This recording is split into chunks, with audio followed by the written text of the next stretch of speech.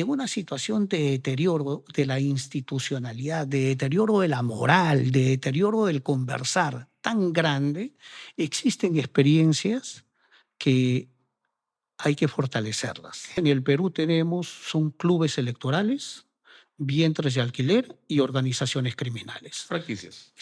Ya no tenemos partidos, ¿no? Es este mundo informal el que ha dicho basta del crimen.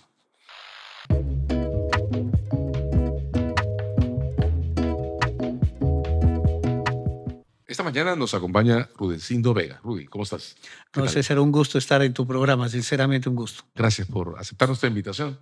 Mira, comencemos esta historia a partir de lo que vi la última vez que nos encontramos. Estábamos en un desayuno, en el local de Capeco, estaba la Federación de Construcción Civil, estabas tú, estaba todo el equipo que ha sostenido esa mesa de encuentro, de diálogo, de negociación, de estabilización de un sector que en los años 80 fue crítico en términos de confrontación, huelgas, desencuentros. Comencemos por ahí. En una síntesis muy corta, ¿qué resumen puedes traernos de esa experiencia? Que en el Perú hay una vocación de diálogo muy importante. Lo que pasa es que está oculta, que está ninguneada, que está opacada, pero que cuando tú creas espacios de diálogos, estos funcionan. ¿Por qué creo yo que en los últimos tiempos el diálogo que tiene 20 años, ¿verdad?, entre Capeco y la Federación, funciona y comenzó a hacerse público y comenzó a tener una exposición y consistencia muy fuerte? ¿Por qué creo yo? Porque el Acuerdo Nacional dejó de funcionar, el Consejo Nacional del Trabajo dejó de funcionar. Entonces, cuando se cierran los espacios institucionales y oficiales, aparecen los que están ninguneados, los que están opacados. Entonces, se posesionó muy fuerte y creo yo que sigue teniendo ese espacio grande, ¿verdad? El diálogo social que impulsan la Federación y Capeco. Y yo tengo la impresión que ahí hay un germen de participación, de conversación, de escucha muy importante que es necesario para el país.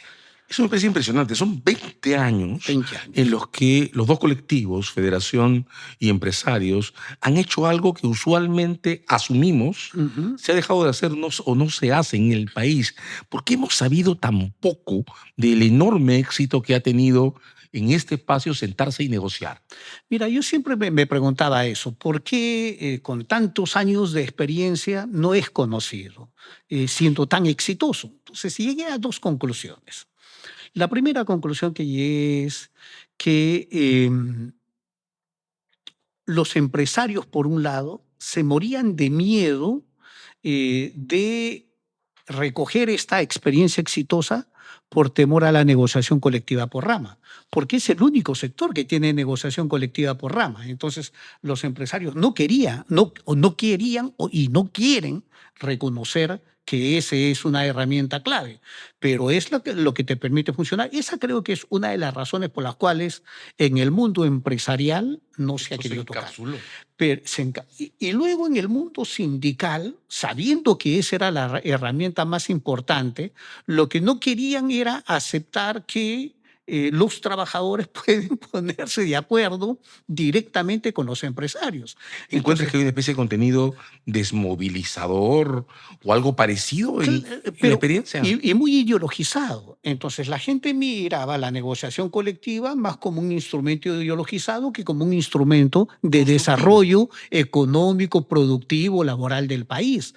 Hasta que la crisis grande les ha ido mostrando que este instrumento es necesario. Por eso es que luego en el sector minero quieren que exista negociación colectiva por rama, con algunas diferencias. El sector agroexportador está recogiendo el tema. Ya el tema estatal es un tema asumido, quizás ahí con temas que ajustar, ¿verdad?, en temas presupuestales. Vamos a decir, la negociación colectiva por rama, tan temida, tan arrinconada, tan ocultada, durante tantas décadas después del fujimorismo, hoy está volviendo a reaparecer como un instrumento importante, yo digo, de tres cosas: de diálogo, de institucionalización y de recuperación democrática. Podríamos añadir una cuarta razón: de recuperación económica del país también.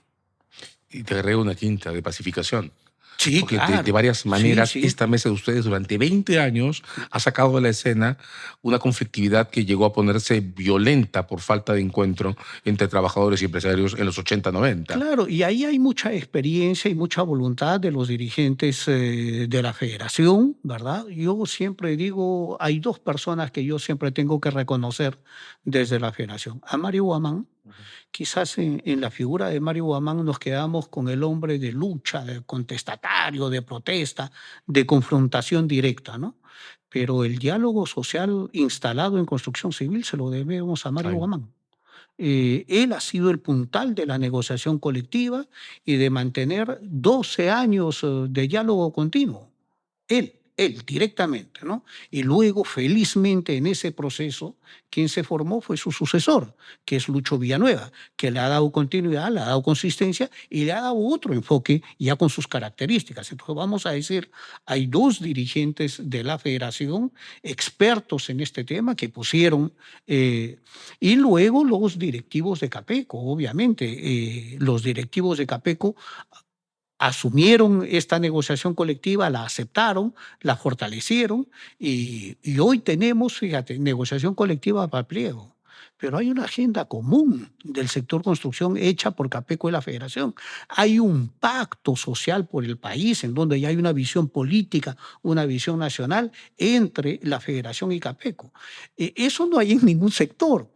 Y viene a partir de este diálogo que comenzó con el pliego, se amplió a una agenda, se amplió a un pacto y hoy incluso, mira, siempre, y lo resalto ahora conversando contigo, tú sabes que hay una empresa que se ha formado de manera conjunta entre Capeco, la Federación y el comités CONAFODISER, compartidos ¿no? de trabajadores y Sí, empresarios. y es así, en partes iguales. Es una EPS para los trabajadores, para brindar seguros. Y es una empresa los dos. Entonces, fíjate lo que se puede hacer cuando hay voluntad de diálogo, de conversación, de escucha, y cuando hay una visión conjunta, ¿no? Entonces, cuando tú desideologizas el tema laboral, el tema del pliego, el tema económico, entonces te puedes poner de acuerdo muchísimo. Si eso se ha podido hacer en construcción, en donde está el crimen organizado tan vivo, ¿verdad? Perdóname, pero que ese es un punto que me llama. Construyen esta suerte de isla Ujú. de negociación, acuerdo, pacto, equilibrio, y de pronto sales o eres retirado de la mesa de una manera abrupta. Pero además, el gremio mismo, el sector, termina instalado en los núcleos de extorsiones y violencia. Comencemos con lo segundo. Ujú. ¿Cuánto afecta esta expansión de las extorsiones y el sicariato por extorsión las bases desde las que se ha construido este espacio de armonía? Pero mira, César, el tema todavía es mucho más grave, porque en realidad la extorsión esta que vivimos y que se mete en la forma en que se mete en la economía y en la vida social del país, nace en el sector construcción. O sea, y esto nace el año 2003, 2004. Entonces, y desde esas fechas hasta ahora, ya son cerca de 2 docenas de dirigentes nacionales de la federación asesinados por el crimen organizado. O sea, no, mira, te estoy hablando de cerca de 24 dirigentes nacionales asesinados en este tiempo. La cantidad de empresarios víctimas de la extorsión es enorme. La razón por la que yo creo que el crimen organizado en el sector construcción no ha avanzado mucho es justamente por esta alianza estratégica de empresarios y trabajadores. Si no existiera esa alianza, ya lo hubieran depredado al sector. Por- Pero ha habido una arremetida muy violenta en este último y ahora tiempo. mucho más. Y entonces a partir de ahí es que se ha ido extendiendo a las otras actividades. Entonces hoy el crimen organizado que nació en el sector construcción está masificado en otras actividades económicas en las cuales todavía no se le da la debida importancia que se le tiene que dar, ¿no? Pero tú dirías que entonces esta experiencia de 20 años acumulados negociando forman un tejido social que incluso es resistente a la violencia. Claro que sí, pero más aún. Y todavía con mucha resistencia en el aparato gubernamental y el aparato del Estado. Fíjate que desde hace muchos años atrás, la Federación y Capeco venían pidiendo al Ministerio del Interior y a los diferentes gobiernos, ¿ah? A los diferentes gobiernos venían que sean considerados en el Consejo Nacional de Seguridad Ciudadana. No ha sido. Con este gobierno ya tienen el compromiso, pero lo tienen el compromiso hace un año, ¿verdad? Todavía no se concreta. Pero fíjate que han venido insistiendo con muchas propuestas. El año pasado, en diciembre, hubo una movilización de empresarios y trabajadores. Hay comunicados conjuntos, muchos de ellos. Incluso hay otras movilizaciones que se vienen señalando. O sea, el gobierno les da cita, les escucha, pero no concreta lo que se compromete. Entonces, vamos a decir, fíjate la resistencia que hay en el mundo oficial también a este tema. Y yo creo que justamente esas son las razones de por qué hay un desborde tan grande del crimen en el Perú. Yo creo que ya no estamos en un problema de seguridad ciudadana. Ese tema de la seguridad ciudadana ya es tema del pasado. Es un tema pequeñito. Hoy en el Perú estamos en manos del crimen. Y cuando te digo el crimen, te digo el crimen posesionado en todas las actividades económicas, formales e informales. Las economías criminales en el Perú han arrinconado a las economías formales y a las informales. Y hoy estamos siendo víctimas de eso. Pero además lo que puedes encontrar, a ver, esas economías informales, ¿por qué se desarrollan tan Explosivamente. fácilmente, ¿no? Se vuelven tan masivas? Porque hay un gobierno que las avala. Y estaba por preguntarte eso. Las economías ilegales penetrando las economías, los sectores de intercambio formal, penetrando también el gobierno. Sí, mira, el Congreso de la República, el Congreso de la República es una institución que está infestada de bandas criminales, promovidas por la minería ilegal, por el narcotráfico, otros que vienen por el contrabando, otros que están por la trata de personas, ¿verdad? Hay gente que ha montado imperios a partir de universidades, academias, ¿no? Entonces, vamos a decir, la trata de flora y fauna, la tala ilegal, Madera. ¿no? Yo temo que siempre la peor política adquiere la forma del dinero que la financia. Pero, ok, estamos en este gobierno, esta es su forma específica, y hay un caso en concreto en el que se produce un segundo cruce Ujú, entre la construcción de ese espacio de equilibrio que ujú, lograron armar y lo que pasa en el entorno. Es tu salida de esa sí. mesa Ujú, de conformación después de todos los años ujú. en los que has estado en ella. ¿Qué pasó en esa historia? ¿Por qué eres retirado de un espacio que estabas construyendo, contribuyendo a edificar como un espacio de equilibrio? Mira, yo creo que hay tres razones ahí. La primera razón que he tratado de rastrearlo es que una voz tan crítica como la que yo venía señalando, o sea, yo venía escribiendo, publicando constantemente, declarando que este era un gobierno caracterizado por tres cosas, cosa que no he cambiado. ¿No? Uno, que era un gobierno que estaba manchando de sangre, que no tenía ninguna explicación para los asesinatos en el marco de la protesta. Uno, que era un gobierno inepto hasta por gusto. O sea, creo que el deterioro de los gobiernos en términos de capacidad tiene su momento cumbre con Pedro Castillo y ahora elevado más arriba por Dina Boluarte. O sea, no hay un gobierno más inepto en la historia del Perú que este, ¿verdad? Y el tercero que yo señalaba es que es un gobierno muy corrupto. Pero yo además insistía en lo siguiente, era un gobierno muy corrupto, todos le critican a Dina, pero nadie cuestiona que el que dirige detrás de la sombra es el hermano, El ¿no? señor Boluarte, Nicanor. ¿No? Y a persona a quien yo lo había conocido, lo había votado por corrupto, es sencillo, ¿verdad? Entonces ahí se unían varias cositas que se ataban a cabo, entonces siento que por ahí ha habido algún ya antes habían pedido mi cabeza a la federación, ya habían hecho varios pedidos que no habían sido escuchados. Eso es una de las razones, ¿no? O sea, ser una voz crítica. El segundo es, creo, la construcción de este espacio de diálogo. ¿Tú sientes que este espacio de diálogo es una suerte de espacio contrafactual con lo que el gobierno quiere hacer y que el gobierno es el límite para que este modelo de relación se pueda expandir? Sí, porque el gobierno tiene un pavor.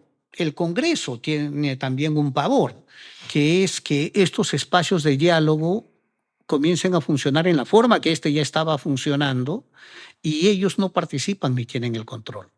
Fíjate, yo me quedo con dos frases. Una que lo dijo el presidente de un partido, Avanza País. Dijo, yo vengo a estos diálogos porque siento que este es el verdadero acuerdo nacional de la sociedad privada, de la sociedad civil. ¿Eh? Y luego lo que lo dijo otro, un dirigente de una organización social, que ahorita no recuerdo mucho. Este es el acuerdo nacional privado que funciona. Entonces, y así se fue extendiendo en el país, en los departamentos, se fueron creando los comités de seguridad, el comité de relaciones laborales, el comité para la reforma política, que nosotros impulsábamos y le damos apoyo. Entonces comenzaron a salir varios hijos, ¿no? Entonces, y el gobierno no los controlaba. Entonces yo siento que el gobierno sintió que perdía control de un espacio de diálogo, de un espacio de concertación política en las cuales ellos no participaban y el Congreso tampoco, pese a que asistían congresistas, ¿no? Entonces, en lugar de impulsarlo y fortalecerlo, decidieron sacrificarlo. ¿Y quién era la persona que monitoreaba? Dijeron, ya, bueno, esta persona mejor... Pero es una coincidencia perversa, ¿no? El espacio que has estado construyendo llega a un punto alto en el que empieza a haber una estrategia, una campaña de difusión intensa sobre resultados. Empezamos desde varios puntos a constatar lo que habían hecho ustedes en estos 20 años, en el mismo momento en que la institucionalidad entra en tal nivel de declive que es este gobierno el que tienes al frente. Sí.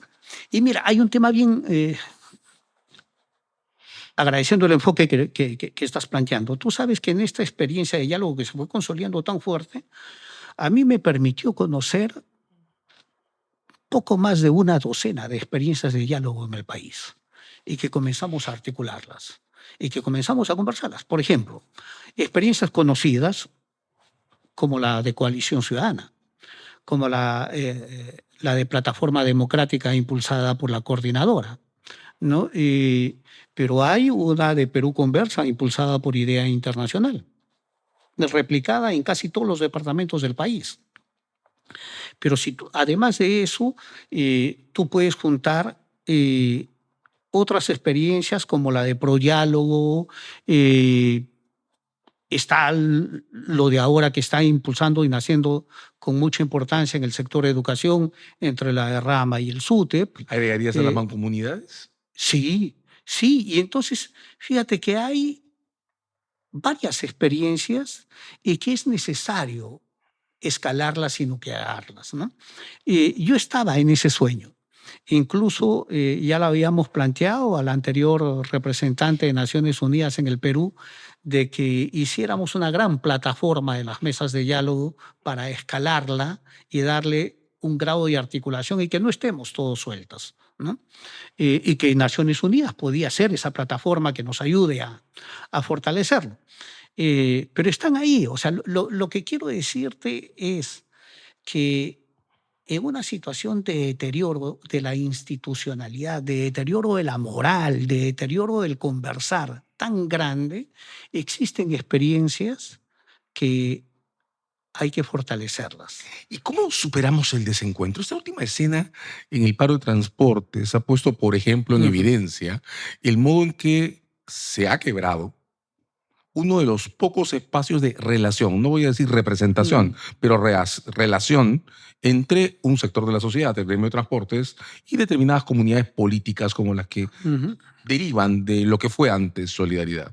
Esa escena del encuentro en el Congreso del señor Bernachea por el gremio de transportes y del señor Montoya por Avanza País, creo que es particularmente gráfica del modo en que se quiebra o se quebró esa relación. Toda esta emergencia de experiencias de diálogo, de construcción, de tejido social, requieren interlocución política. Sí, claro. Alguien al frente. ¿Cómo superamos ese divorcio con la falta de representación? Mira, tú acabas de tocar un tema muy estructural y de fondo, ¿no? La falta de representación.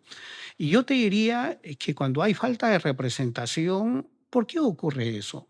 Es que en el Perú ha ocurrido en el mundo, pero en el Perú creo que es de una manera mucho más dramática. Los partidos políticos dejaron de ser partidos. Lo que nosotros en el Perú tenemos son clubes electorales, vientres de alquiler y organizaciones criminales. Franquicias. Ya no tenemos partidos, ¿no? Entonces, por eso es que, como ya los partidos no representan el interés público ni el interés común, solamente representan intereses particulares, hoy en el Perú tenemos 36 partidos inscritos, tenemos 30 partidos buscando inscripción, tenemos 80 partidos regionales con el nombre de movimientos regionales inscritos, tenemos 40 movimientos regionales o partidos regionales en proceso de inscripción. Entonces, si tú sumas todo, sin sumar lo que son los partidos locales, si tú sumas todo eso, pasamos, ¿sabes cuánto? Los 200.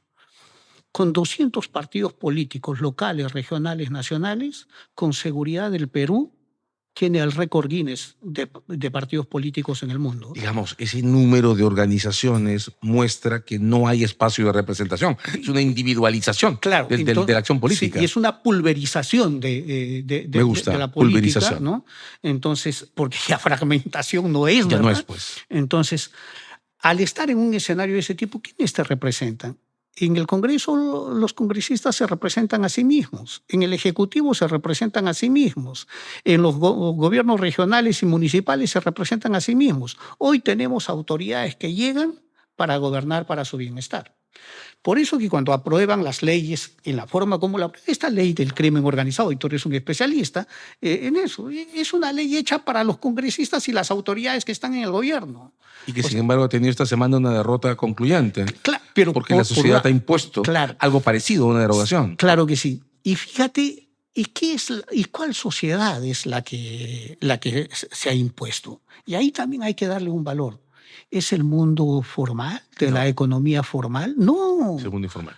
Es el mundo informal. Los informales de los transportistas se pararon, se agruparon con los comerciantes de los emporios, con la sociedad civil.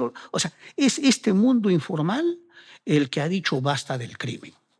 Y ellos son, entonces vamos a decir, fíjate, el Perú hoy es una víctima, el Perú formal es una víctima del crimen, el Perú informal es una víctima del crimen, el gobierno no hace nada, el Congreso no hace nada, han tenido que salir las víctimas del mundo informal a pararse fuerte para hacer retroceder al Congreso. Y eso es un mensaje que poco se valora. Es la segunda conversación que tengo esta semana en la que escucho un testimonio que me hace recordar la escena previa a la caída del antiguo régimen en Francia, una acumulación de energía social, la formación de una especie de nueva burguesía, ahora sí, informal, una nueva forma de ser clase media, reclamando la ausencia absoluta de apertura política de la comunidad política establecida. Y tú acabas, fíjate, de citar a Francia. Y entonces nuestra independencia estuvo muy influida por la Revolución Francesa y la creación de nuestra república también. Y yo creo que en este momento nosotros estamos viviendo un fermento social que requiere un nuevo pacto. Y ese nuevo pacto solamente lo vamos a lograr con una segunda independencia y con una segunda república. Y tu testimonio es una ruta, es un pacto que se puede fundar reorganizando el tejido social. Sí, y creo que podemos construir una segunda república, pero que nos independice esta vez de los criminales que nos gobiernan y los criminales que nos arrinconan en la calle. Es mucho más difícil, ¿eh? Sí, claro. Porque ya no te enfrentas a políticos. Con políticos tú negocias, concertas, pactas, acuerdas. Con criminales no. Con el crimen no. Entonces con el crimen es mucho más riesgoso, pero tengo la impresión que la única manera que tenemos de frenarlo a la forma como ha permeado el crimen en el Estado y en la sociedad peruana es organizándonos y no arrinconándonos los peruanos. Tienes 20 años de testimonio, para decirlo con experiencia propia, y estamos en una semana en la que, de una manera inusitada, quizás sin que nadie lo prevea, se ha abierto una compuerta. Sí. Ha habido una reacción ciudadana ante un abuso del Congreso que ha sido detenido. Te sacaron de esa mesa. Esta es mi última pregunta, Rudy, pero ¿Rudecindo Vega va a seguir en este esfuerzo? Sí, mira, yo en eso soy muy, muy terco, ¿no? O sea, fíjate, en los 90, tú sabes, yo estaba metido en Transparencia, impulsando. Yo ahí vamos a decir, ese es mi espacio de formación política más importante, ¿no? Ya después ha venido lo demás. Pero no, a ver, y te digo por qué, no porque uno se crea un hombre eh, sin temores, sin miedos. No, no, no. O sea, hay miedo, hay temor, pero ¿sabes qué es lo que más hay? Es esperanza. Yo soy de fe y esperanza, ¿no? Y en este proceso yo tengo fe que el espacio de construcción, a pesar de la arremetida que tiene de las mafias, va a salir bien parado, se va a fortalecer. Creo en el espacio de coalición ciudadana, de plataforma democrática, de diálogo, de Perú Escucha. Creo en los espacios de diálogo que vienen incluso desde la izquierda más radical, como son estas coordinadoras nacional de lucha, ¿verdad? Que existen en sus varias facetas. Creo en los procesos de diálogo que hoy viene impulsando el sector de educación de Rama, SUTEP. Entonces, yo tengo la esperanza que en algún momento el hartazgo de la situación actual va a tener un momento que articule. Para mí el momento que puede terminar articulando, yo no creo que Dina vaya a llegar al 2026. Mis cálculos es que la salida de ella está entre abril del 2025 y agosto del 2025. Con lo que podríamos estar entrando en un ciclo acelerado de recambio político. Sí, pero un recambio político lamentablemente no manejado por quienes deben de manejarlo, sino manejado por los delincuentes que nos gobiernan desde el Congreso. Por el actual status quo. Claro, entonces ese es lo peor. Entonces, lo peor, César, de todo esto es ¿qué hacemos para tener, ya no te voy a decir mejores, ya? Mira, ya lo mínimo para tener autoridades diferentes con una vocación democrática el 2026. Recuerda que el 2026 tenemos 7 elecciones. Sí. La gente cree que son solamente 2. No, no, no, son 7 elecciones. Es presidente, Congreso, Senado, diputados, Parlamento andino, tenemos gobiernos regionales, gobiernos locales provinciales, gobiernos locales distritales. Es decir, el 2026 vamos a tener un recambio de toda la clase política nacional. Y es para lo que hay que prepararnos, ¿verdad? Sí, y hay que tener paciencia, hay que tener convencimiento, y ahí, mira, un programa así de conversación tan distendida como la que tenemos ahora, yo imploro a los viejos políticos, a los que se salieron de la política activa porque decían que esta ya estaba deteriorada, cochina, sucia, yo lo que les diría, no importa si eres de la tendencia que sea, desde la extrema derecha hasta la extrema izquierda, de centro, no importa, regresa a la política.